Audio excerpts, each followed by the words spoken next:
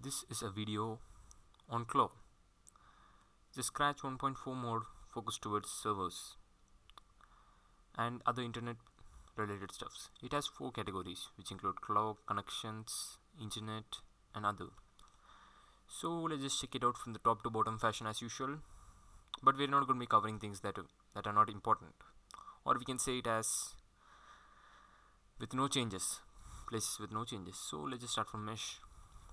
So you can join or host mesh, which is quite common with other mods, means all the mods. Then there's also an upload button. This is very useful for uploading to ModShare. It will ask for like this: do you want to upload? You can put yes there, and then you can enter a website URL where you uploaded something, or enter your project location. If you give OK, it will open a website name. I think so, I forgot. I'll just put an example like that. If you suppose you put like that, it will automatically open your Chrome browser, of course I mean your default browser, but I don't know if it's happening. Anyway, fine. If it happens, it's going to slow down my stream. So next thing is Scratch Live. Actually, I didn't understand much about this, but yeah, it's a better way to share the variables, as you can see in this live information, and it will be connecting to the world using servers, means like a different computers can connect more easily, even though it's in a different part of the world. That's the special stuff over here, and this is the address, but it's lost over time, and I can't even see anything in the web archive as well, so I'm just giving it up there. And help, yeah, you can toggle script collapsibility, which just means when you drag this thing over here and then put it like that, it's now collapsible, but you can just toggle it like that, but I don't know it's working or not. Anyway, fine. So as you know, most of these sites don't have any change, as well as for the paint. So let's just check out the categories over here. Motion blocks will not, motion controls, looks, sensing, sound, operators and pen has no change. So let's just go to the variables and put my where there. As you can see, this just added one new block called myWhere, which is used for checking, used for making a new variable, which is kind of very useful in case you need to make it while the project is running. This could be less useful in different scenarios, and of course if you made it in the sprite, it will automatically be like for this sprite only. If you go to other sprite, you cannot access it. But if you made it on the stage, then you will get a global one, which means you don't understand, I think so. You can see it makes a global variable, which means every sprite can access it, but if you made it over here, it will only be accessible by this one. So let's continue to the next category, color category, and then you can see that we can check the layer of a sprite. Let's just duplicate this and see, and I'll bring this to the front layer. You can see it's in layer 2. First of all, they added all the new blocks to a new category rather than adding to the default categories. That is a special thing about this thing. And if you bring to the front, you can check the layer has gone to 1. And of course, you can turn around. This is the opposite as default. And you can create a 3D costume. Of course, I didn't test this out much, but let's just see.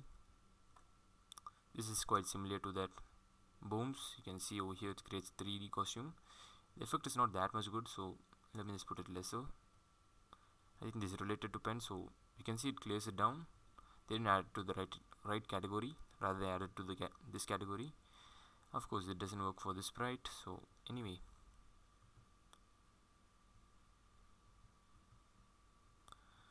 So anyway, let's continue.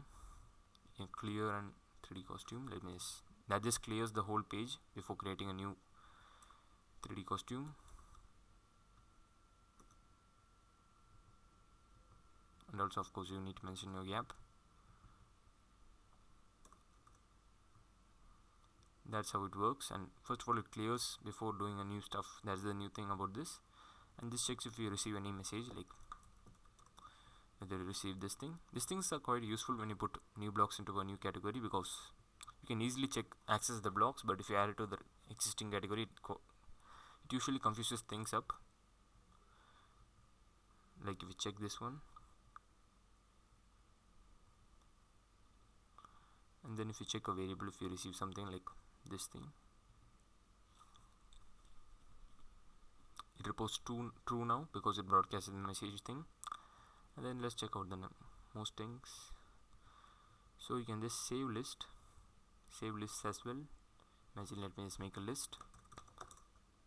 Of course this doesn't have any new block.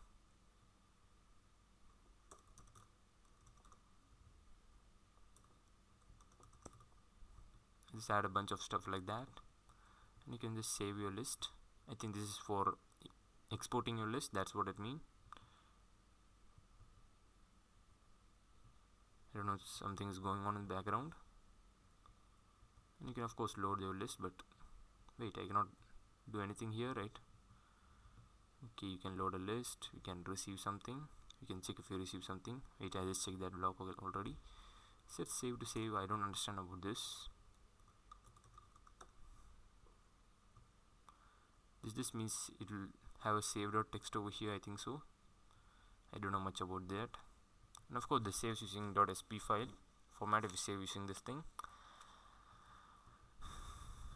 like the usual mods. Or let me just put in the green flag and test it out, which would make more sense. And of course this will create a save.txt somewhere. I don't know if it's here, maybe somewhere else.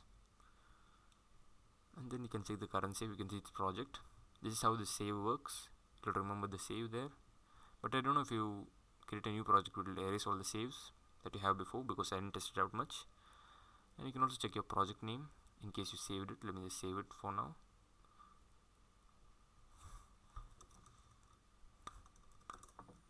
Just save it as hello test. So we can also check your project name, which is interesting. I don't know why it's reporting nil, but anyway, let's just set our project name to something else, so that the display will change. But if it is something that what I thought, then I think it would be kind of different. I think this didn't influence anything. Some blocks are just made for a purpose and it didn't work properly. This just ask a thing in a dialog. I know this is getting kind of boring, but yeah, you are free to skip to any other mod. And this would create a new line reporter, and this would check for date and time as well. This would check if you're in presentation mode. If you made it full screen, it will say true. If you made it normal screen, it will say false.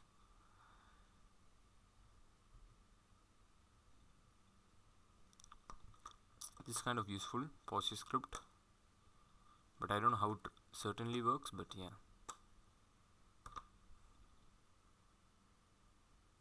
It will just pause in this place, that is the thing, I mean pause in that place. And you can also play it again using the another block in case there's some kind of broadcast and all. You can change the costume to grayscale, I think so, which is kind of weird, but let's see. Let's delete this sprite over here, which might confuse you on something. So costume to grayscale itself is attempt only, I think so. This is an incomplete mode, and by mistake I am reviewing this anyway. It looks kind of complete because this is in the wiki. The name is there in the wiki.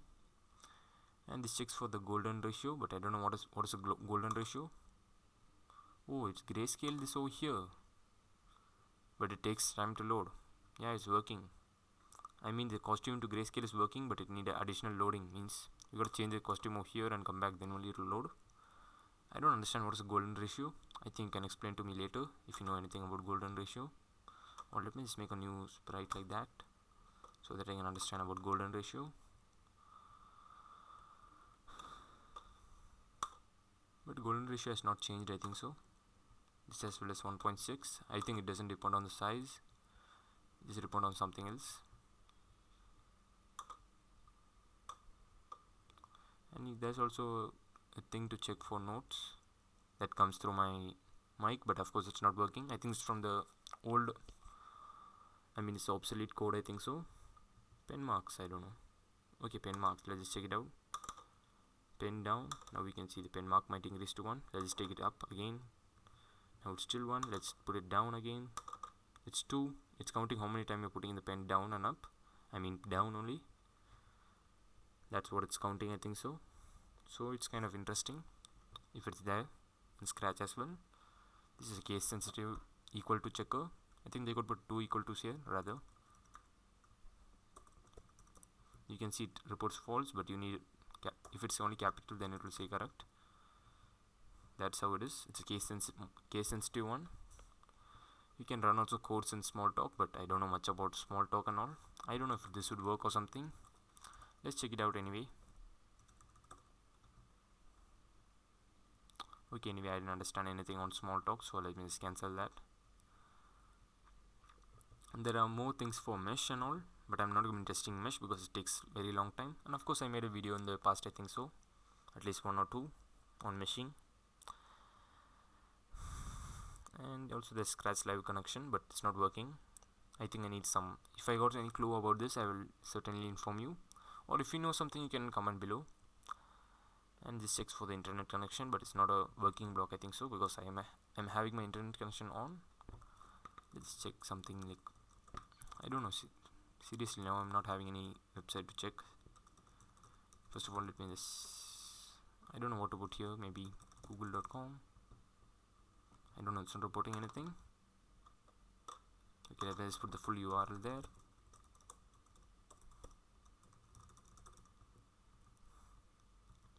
Nowadays I'm getting kind of lazy.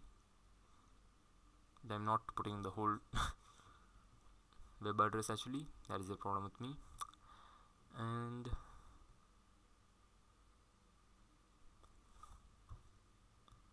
you can read the particular line of a page, but I didn't got any page to read for now. I don't know. It takes a long time, I think so. That is the problem with this. But of course you can, I think so, you can read and check the num. If this block works, it means all these blocks are going to work. And I don't know what is this because I didn't test it well.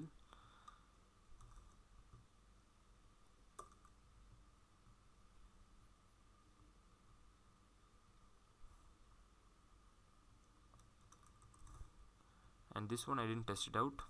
I tested out already, but I don't know what it is used for because it's an internet block, so I can't think anything. And yeah, of course, let's even wait 1 second. I don't know what is the use of this existing itself because there's one more block there. This checks if a variable exists. I just check if my var exists or something. Does it exist? You can see it says true, but if you are deleting my var, it report false.